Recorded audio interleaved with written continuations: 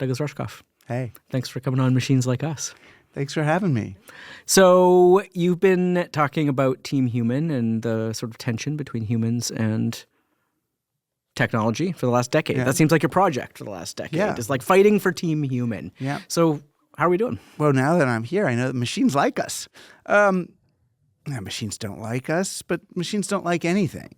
They're machines. That's why we call them machines. So where are humans in this right now? How are humans standing up to this onslaught of technologies you've been concerned about for a decade? I mean, I've always looked at these kinds of technology that you're talking about, the sort of the technology onslaught, as just the leading edge of capitalism. Okay. You know, technology's fine. You know, it's just sitting there. I love gears. I love wheels. Fire, maybe tech. I love maybe eyeglasses. a gadget or two. Yeah. Yeah. Tech is good, you know. Tech is good. It's just, you know, what are we using it for? You know, I guess I see two main trends that we're contending with now. One is sort of a more basic human instinct, looking for safety and insulation and predictability and all. And Because of the state of the world? no, it's always humans, Okay. you know, Yeah. because there's a saber-toothed tiger that's going to jump on you. So what can I do? Oh, let's build a fence. I've invented the fence. Right. I've invented the electric fence. Yeah. I've invented the shotgun. You know, just to make the world, you know, or fertilizer, which looked really good at the time, nitrogen, you know, fertilizers and all. Oh, we're going to have predictable yield and harvest and all that. And antibiotics, it's going to save us from that. And then, you know, as you use it, you see, oh, well, I've actually grown some superbugs with the antibiotics, and I've, you know, created wars with my fences and my guns, and there's these downsides, but there's this drive for safety. And I think what we're realizing now with tech is that we've kind of reached the point of diminishing returns. At least many of us do. Maybe not the tech bros, but a lot of us. It's like they're not actually making us more safe. So there's that one. And then there's sort of the onslaught of technology, which is just capitalism, which is just companies trying to grow exponentially by any means necessary. And technology offers a really good set of tools for getting more work, money, attention, anything out of humans in less time. And is AI doing that? So is AI capitalizing on our attention? Or in some ways, AI is sort of pulling people out, or has the potential to pull people out of productivity. Yeah, I mean, in the best of all situations, we look at the surplus of labor as a good thing and not a bad thing. You know, I was on CNN talking about AI, and who is it? Jake Tapper. He asked, well, what about the unemployment problem? And I said, well, unemployment problem, what about the unemployment solution? You know, I don't want a job. Do you want a job? I don't want a job. I want stuff. I want money. I want to do things I'm interested in. Do stuff right. Yeah. Maybe make meaning, maybe contribute. I don't want a job. You know, you look as a media theorist, when were jobs invented? In the 13th century? Yeah, you not know, so good. Didn't work out so well. Exactly. They were invented. We used to be craftspeople trading stuff, and you invented jobs as a way of disempowering people to go work for charter monopolies and all. So, sure, if we could somehow wrestle around the idea that the reason we have jobs is no longer to make stuff that people need. We have jobs in order for companies to justify letting us participate in the spoils of capitalism. You know, if we're allowed to just have stuff, then I'm fine with AIs taking our jobs and doing all that. But they're actually not. They're taking our jobs, but they're de-skilling our labor. There's still a ton of work. All the kids that have to go into the mines to get the rare earth metals, all the water that has to be diverted, all the tagging of all the data. And that's mostly boring, lower level work than we're letting the AIs do. Yeah. So we end up in service to them. And that's because the AIs, I mean, we even just saw it. I mean, OpenAI was started, the company was started with a credo, really, to do AI ethically, to make sure it was in human being service. And Sam Altman, he got actually, for a moment, was kicked out by the board because they're like, oh, you've turned against the original aim of this company. You want to just do exponential growth for the sake of growth and pedal to the metal. And he fought his way back. It's just like and they're not really a nonprofit anymore. No, it's like Google. They lost their don't do evil. Yeah, of course. They got stricken from the record. Of course. Yeah. So I'm not optimistic about the way we're deploying AI. I feel like we're going to use it the same way we've used every technology before. You turn to this sort of discussion of humanity and tech when social media looked like it was pulling something from us and taking, or when did that change happen? And is AI sort of a continuum of that? Yeah, over the last decade? me, it was originally 1993. I was part of the original kind of cyberpunk, cyberdelic, digital counterculture. So it felt like really computers and psychedelics were almost the same sorts of things. They expanded the way you thought about the world. Hypertext freaked people out back then. When someone like me would come along and say, someday you might have a computer on your desk, you might be sending electronic messages, to other people. They would laugh at me. I mean, my first book was canceled because they thought the internet would be over by 93 when it was supposed to come out. But that countercultural urge for promoting and enhancing collective human creativity kind of got reframed in that year, 93, by Wired magazine, who came and said, we are the magazine of the digital society. And the digital society looks pretty much like Wall Street with neon, right? Those early covers. It's going to be Wall Street with exponential growth. So it's 93, 94 when we took these technologies and instead of really deploying them as tools for people to create novelty, we turned and to expand our humanity, right? I mean, that was an exactly. why we had those cultural movements. Yes. It's because technology was enabling a new kind of yes, humanity to or expression. what it means to be human, what it means to be to in more a people cohort. in new ways, in new articulations. And, exactly. Okay. I mean, it was everything from shifting from a rock and roll show with a bunch of long-haired guys doing kind of masturbatory guitar solos on a stage to the rave where everyone came together, communal electronic music. We're going to channel the beam and kind of hippy-dippy, but it was there was that instead of straight linear novels and movies, we got hypertext adventures and choose your own this, and instead of just receiving the programming of television, we were programming computers ourselves and building things.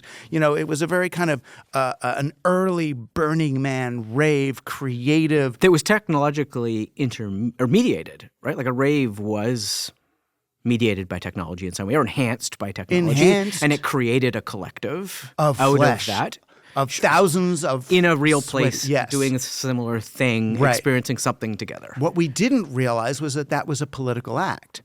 1,000 kids going into an abandoned warehouse or taking over a public field for a dance is political, as opposed to, going to a nightclub and paying money. What was the political expression? Taking public space for fun.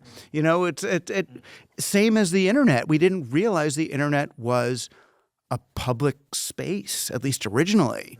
This was a public space where it was a commons, where the way that we... Was it ever that? Yeah. Early on, to go on the internet, you had to sign an agreement saying you wouldn't do any commercial activity. Right, early, yeah. Early, my internet, 88, 89, 90, 91, 92. They weren't allowed to do ads. It was the first ad happened in like 93, 94, and everybody went, what the heck is going on here? But we didn't realize quite what we had. And at the time, those of us who were early internet enthusiasts, when business did want to come on, it felt like kind of an affirmation of what we were doing. People who got involved in computers when I did in the 80s and 90s, our parents were worried about us. They thought it was like we were saying, you want to be a computer programmer? So you want to play video games for your life? You want to be a Dungeons and Dragons player or something? Or you want to break things open and question things? Like it wasn't there was a rebellion to it, right? There was that too. There was that too. But that's what it was. It was a new way of extending our neurology. But yeah, in 93, when they decided that this was going to be an investment opportunity, then all that space of new possibility was shifted. So the whole polarity of the net changed. That's when you saw Wired and other magazines talking about why you should make your website sticky. That's the word they use. Sure. Sticky meant that you get stuck. Does that sound like a website you want to go? I want to go and get stuck on this website. And they even had ads for sticky websites that looked like flypaper. They said, nothing attracts like real media. It was a company that was going to help you make a sticky website. And there were all these humans stuck on the it's like, that is not. And when I looked at that ad, I was like, oh. So this is early in the evolution. Yeah. So, but through all of, post that, you've seen this through a lens of culture in many ways. So why is culture so important as the lens through which to see the way we interact with technology, or the relationship between technology and power or politics or ideology? Well, it's interesting. Neil Postman, a student of McLuhan or friend of McLuhan, and a friend of mine, a great media theorist who wrote Technopoly and Amusing Ourselves to Death. When he was asked to describe what is media, he says, a medium is the stuff on which culture grows. A medium, and it sounds almost like a petri dish, right? You put agar is this medium you use to grow bacteria. And life emerges. Right, and life emerges, right. In an unpredictable way. Human culture grows on whichever medium dominates our or characterizes our moment. So we have speech and song, and that's where culture happens. We get writing and manuscripts, and then we get the printing press. We get radio as a culture, and movies were a culture, TV is a culture, and now our culture is growing on digital technology. So I look at digital tech and say, well, what is distinct? What is unique about it? What are the biases? How does digital technology work? So then what kind of culture emerges you get? From it? Right. Okay. So digital compared to analog, digital is discrete. It's samples. It's right? So what you get on it are a culture of things that are broken up. Fragments? And discrete.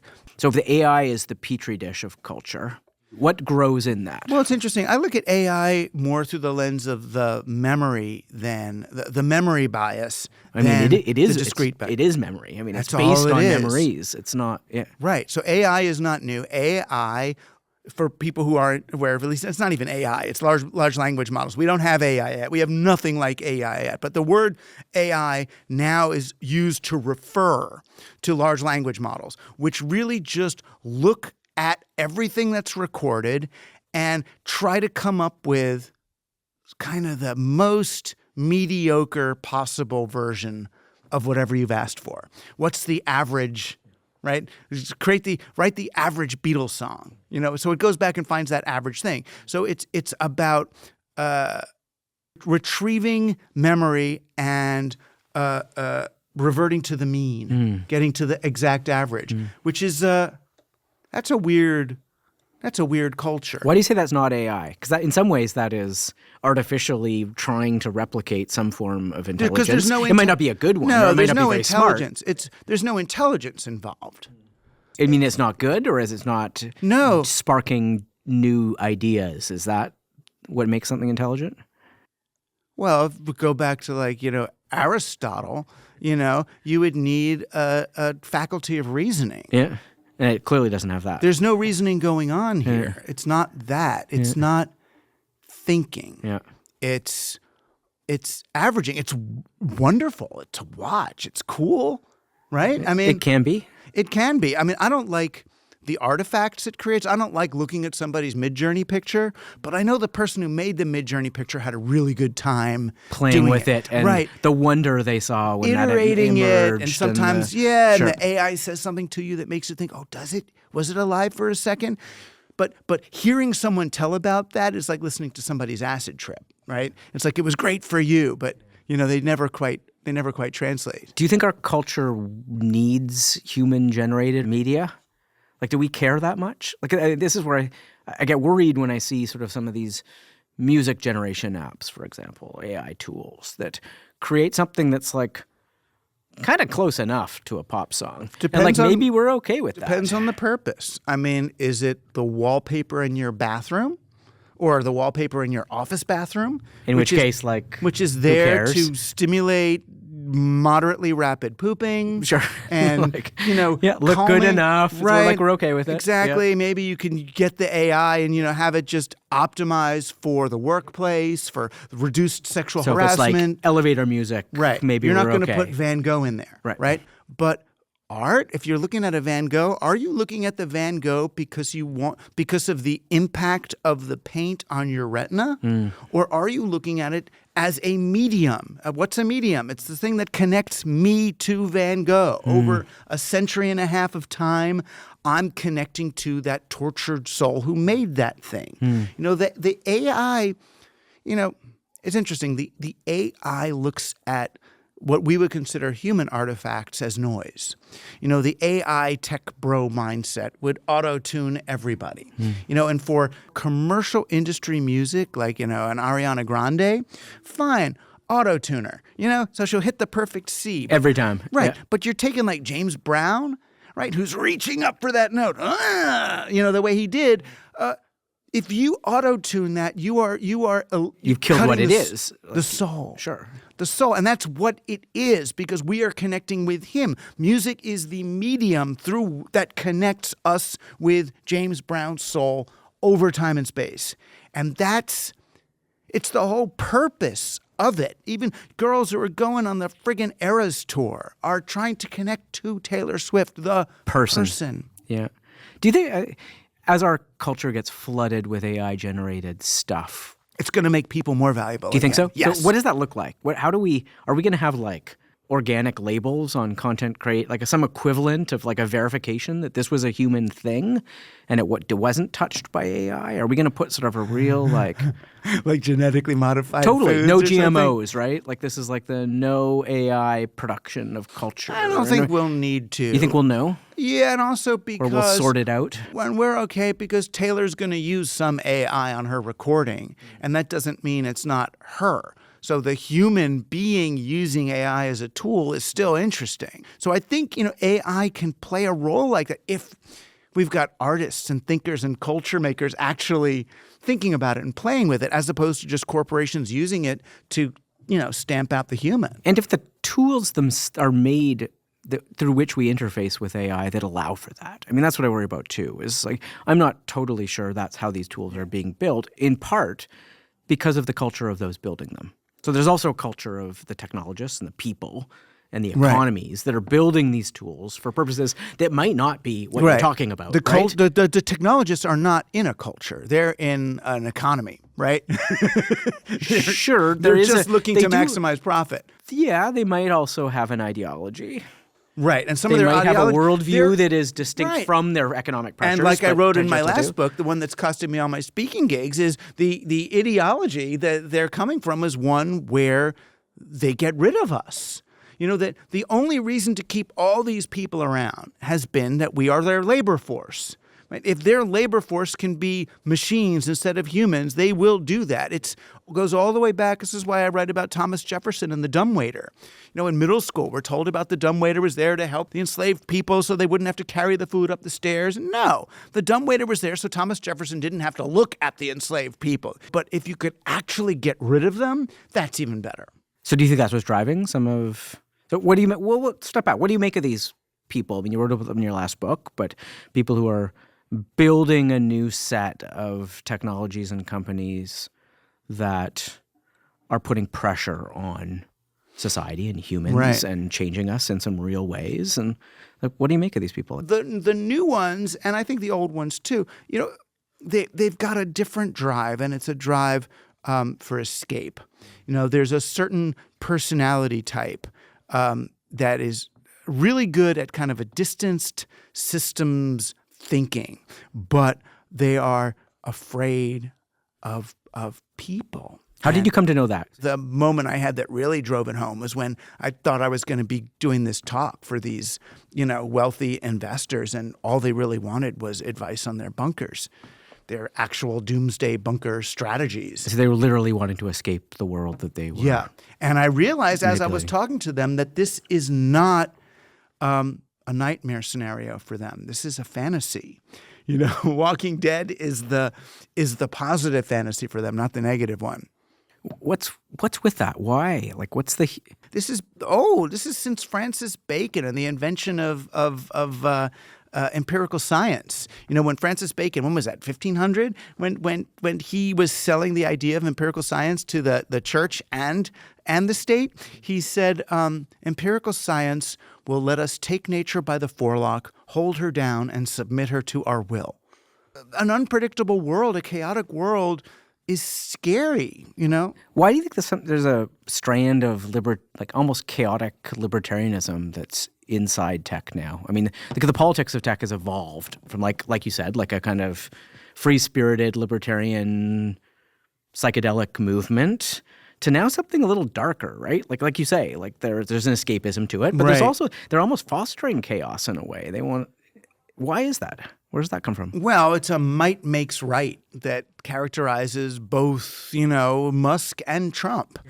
And anybody who's made it to the top is going to say that, right? If I have the tanks and the weapons, well, might makes right. It's pretty easy. Part of it happened. I mean, it was our fault as little hippie kids. One of our heroes in the early days of the internet was John Barlow. This guy, he was part of the Electronic Frontier Foundation, and he the lyricist for the Grateful Dead, our counterculture hero, cowboy guy, writes this thing called Declaration of Independence of Cyberspace. Nation states of the world.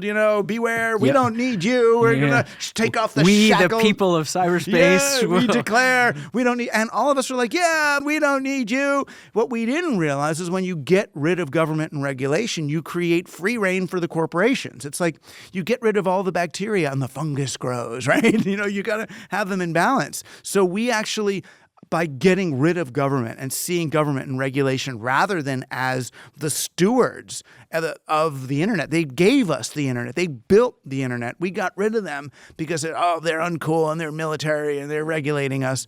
And we gave free rein to these companies. And that's really what led to this California ideology, as Richard Barbrook called it, or the mindset, as I call it, which is that the markets can cure everything. This was Wired Magazine's credo. They said, open is good, closed is bad, tattoo it to your forehead. And they meant, on one sense, open technology, but really what they meant was open markets. The markets should be open to everything. Just go. No local regulation. You can't stop Uber from being the dominant cab company in your town. That would just be against the religion of the net. And it's a world where a half a dozen companies globally, planetary companies, control some form of AI, control a lot through some form of AI. Right. Is that just the natural continuum of what you've been talking about? In some ways, yes, because we're living in a society that was forged by British East India Trading Company, right? By the chartered monopolies that were invented in the 12th and 13th century. And it's ingrained for us to aspire to that in some way. And that's the way it goes. But it's also really specific to AI because, like we said before, if AI is an averaging machine, right? AI is going to find the exact mediocre thing, then every company, every industry that uses AI is going to commodify its own products. Can't help it, right? Everything's going to become a commodity because there's no more competition. Everybody's using the same AI, basically, the same technology. That's ingesting the same things being created by the same. So there's a feedback loop there, right? That might have a natural Right, but that feedback loop then of everything being the same, of everything being mediocre, then it requires the only way a business can succeed then is by being a monopoly, right? There's no other choice. Yeah. So not everybody's super pessimistic about AI. Right. I'm not. Okay. It maybe sounds like I am, but I'm certainly not. does. Yeah. So 2 examples. I talked to Eric Topol, a doctor, cardiologist, wrote a book about AI in medicine, who argues that AI is going to take a lot of the things that were distracting a human relationship between a doctor and a patient and pull like the healing. Yeah. Well, they'll create a space for healing. Okay, good. Because things like when you go to a doctor, they spend all their time diagnosing things that could be easily have been done. Right. So it would create, Yeah, it would I open remember. up a space for It would be human great, interaction. because like when they put computers in the doctor's office, Well, this is- it really helped, right? Because the doctor then didn't have to talk to me. He's like sitting there at the monitor asking me questions. Going, I just have to. I know these, but I've got to enter them in again. I know we asked you these, but and then the 6 minutes that's been allotted by the computer of the insurance company. It literally is 6 minutes now, is what he talks about. Yeah, right, has which been is really taken up something. by him and the machine. So that one worked really well. But he was saying, work with me for a minute. Yeah. That Push through to he the no other longer has side. to look at the computer. Now there will be automatic note taking that will hear and process the conversation. All right. Okay. Cool. But could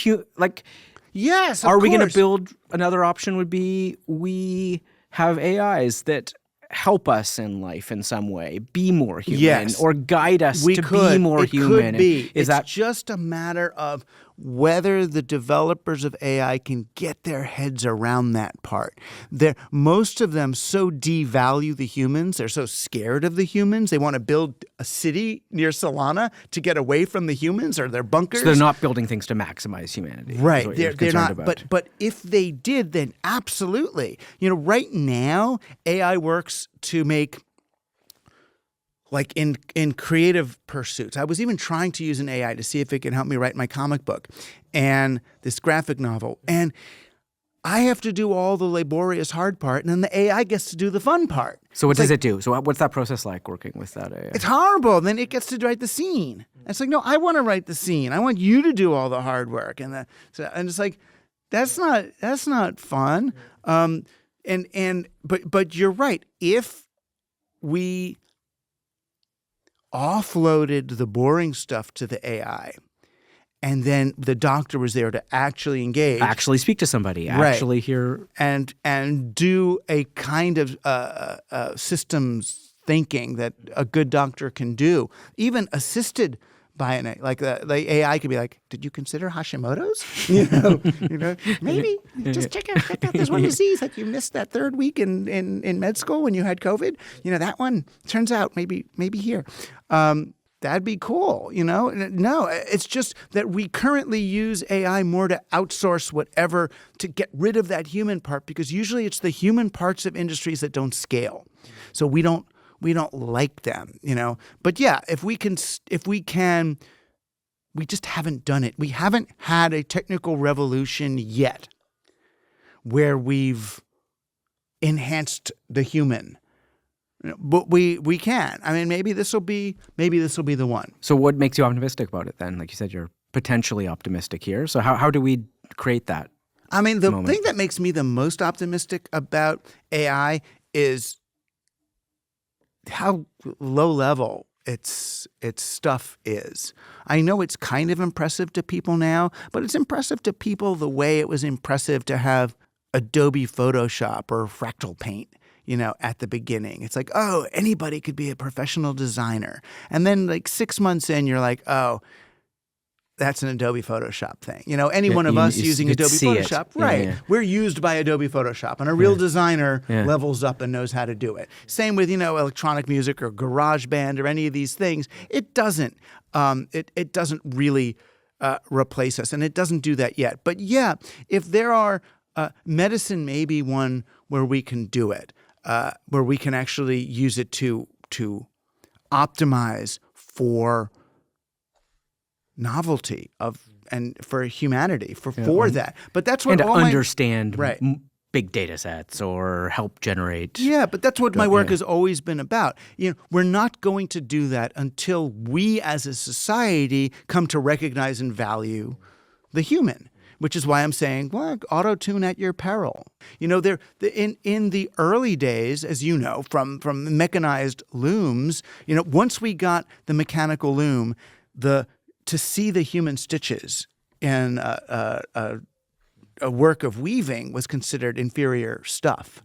Now you pay more to get a sweater that has human-made knots, underneath the yarn. And I think that can come back. So one thing I've struggled with watching this latest phase is how to separate the unbelievable hype cycles that are around AI at the moment from what do seem like some meaningful advances. It's really hard. You've been at this business for longer than I have. How do you decipher these things when you look at a new technology thrust on society, driven by all sorts of economic incentives that create hype, and yet also some meaningful changes, like in previous technological iterations? How do you navigate that? The way I generally try to distinguish between a hype cycle and reality is I look at technologically, is this enhancing human beings' ability to create and exchange value? And right now, sum total, I don't see AI in the creative fields doing that. But yeah, I'd love to have some AIs at Boeing looking at their production process and see why are things falling off the planes. I'd love them to have it in the operating room, just watching and maybe whispering little things into, I don't want people in Google Glass, but having a Google earplug maybe, like a producer on a TV show talking to the anchor saying, why don't you ask him about this? So how do we tweak the incentives to allow for that kind of creation from technology? Because if it is just sort of a capitalist driver that's motivating a small number of people to build something that subjugates humanity, blah, blah, blah, blah, blah, how do we tweak that? Well, for me, tweaking the incentives, I tried to do it actually at, what's that school? There's a business school in Toronto. Is it Rothman? Yeah. Rotman. I went there, Rodman, and I did this talk that I started with how many people in this room, by show of hands, how many people in this room would be satisfied making $50 million in your career? No one raised their hand, right? Because they were all taught to go for the home run. So the tweak that I can think of is trying to get tech bro, businessy people to feel safe with $50 million. To say, can you stop? If you stop at 50 million, you're going to have so many more possibilities available to you. And I promise 50 million is going to be enough. You're going to be okay. You're going to be okay with 50 million, really. You really are. Because then, when you look at like Mark Zuckerberg or someone saying, I'm going to give back 90% of my money, 90% of my $20 billion or $50 billion, it's like, what if you had been 90% less extractive with Facebook? It might actually be good for people. It's possible. Yeah. Do you still believe in the power of tech to enhance humanity? I mean, I feel like that was such a big strain in your work for so long. This is possible, that these things, we can coexist with technology, and technology can maximize our expression and our humanity. Do you still believe that? I've always believed it. It's always possible. In my very first book on technology, which was Siberia, the one I wrote in like 92, 93, people are saying, oh, you're so optimistic. They look back at it and it's like, no, that book at the end, I say, there is a window of opportunity right now to steer this towards human, creative, social ends. And if we don't, by golly, there are people the same people who've turned every other one towards anti-human ends are going to take this without us. Power abhors a vacuum. Yeah. So that's the tension point at the moment. Right. Which and one we of can those still we choose. do it. Yeah. Of course we can still do it. But I really think right now the most necessary first step towards us being able to seize technology for the benefit of humanity is to reacquaint ourselves with what being human even is. And that means learning how to tolerate making eye contact with another person. It's super hard. I don't know if I get these notes the first day of class now, and more every semester from kids, a note from their doctor, please excuse Johnny from class participation because he's got social anxiety, don't look at him in the eyes and just let him it's like. There's an added thing to that. Yes, it's that, I agree. It's also this seeming inability to address human tension or conflict in any way. There's a removal from...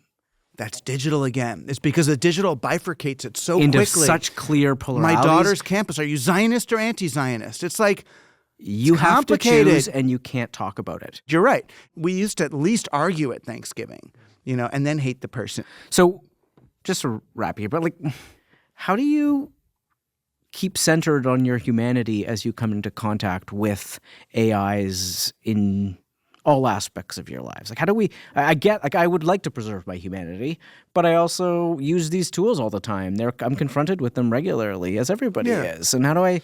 What's the check there to my humanity? I mean, I've always thought the check is if you accept that whatever technology you are using, it may be configured to decalibrate your nervous system in order to manipulate you in one way or another, to get you to buy something, to choose something. Engage with it, enrage you, polarize you, whatever. Some behavioral finance technique, Las Vegas slot machine routine, whatever it is.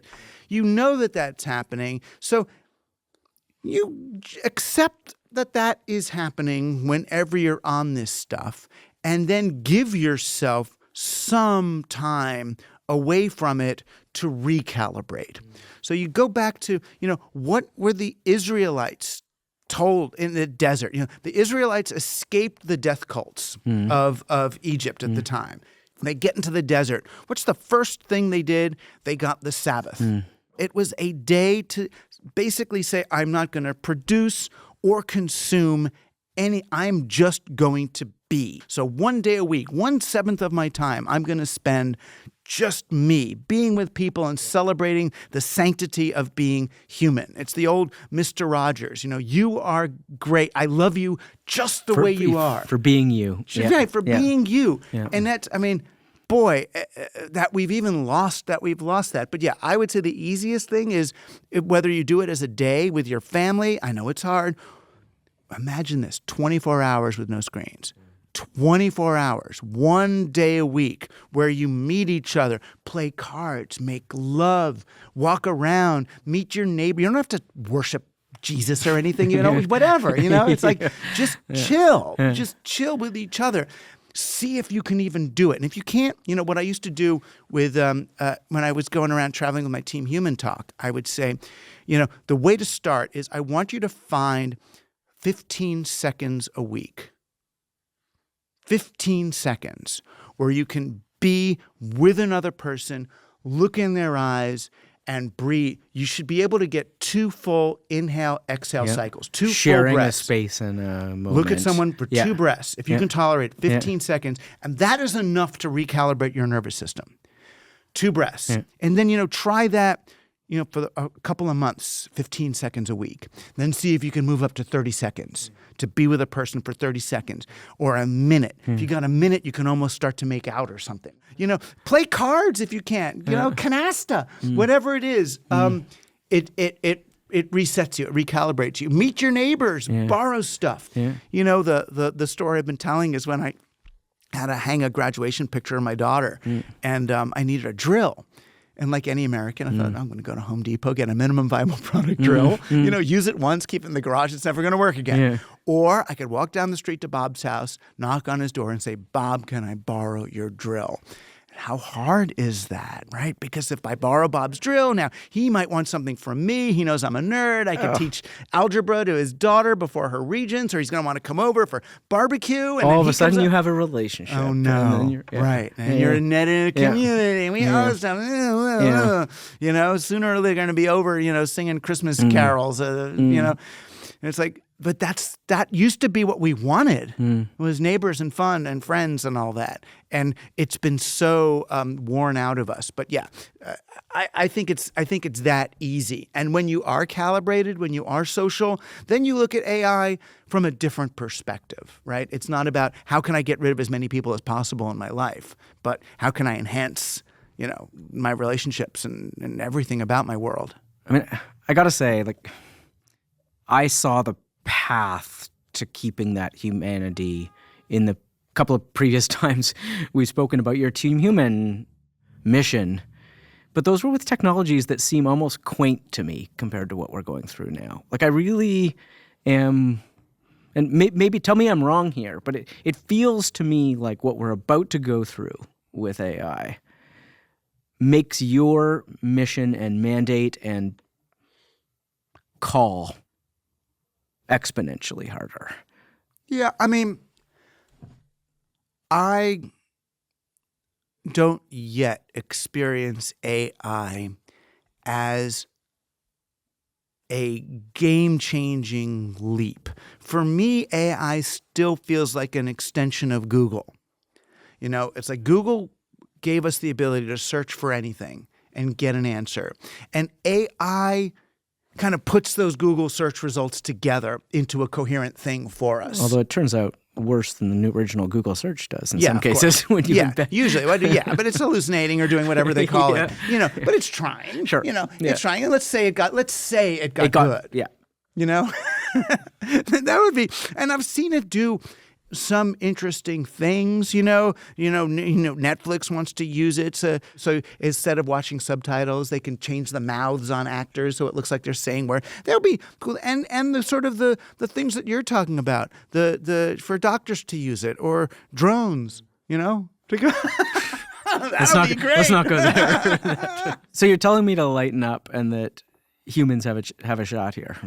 I'm telling you that tensing up won't necessarily help us through this strange attractor, right? That what we want to do is build our rapport with other people, keep your feet on the ground as much as possible, and then slowly learn to trust your intuition as you move. How does this make me feel? Yeah. What is this doing to me as a human? Right. Yeah. Right. Is it enhancing my agency? Do I have real choice here? Or are they limiting my choices to a certain palette? Is this a snap to grid, as we used to call it, or do I have free range here? Do I have agency in this relationship I have with this technology? Well, look, thanks again for talking. Thank you. Always thanks for what you awesome. do. No, likewise. Right. Yeah. Technology likes me. Does it? It does. Does it? It does. I know the AI guys are really scared for me. This one guy, I met him at a party. He's like, Rushkoff, I can't believe what you wrote about AI. Aren't you scared? Like, of what? He goes, well, when AI is in charge, they're going to see what you wrote and come for you. And he's like, I don't write anything at all online about AI. And I'm like, well, don't you think the AIs are going to be smart enough to know what you would have written? Exactly.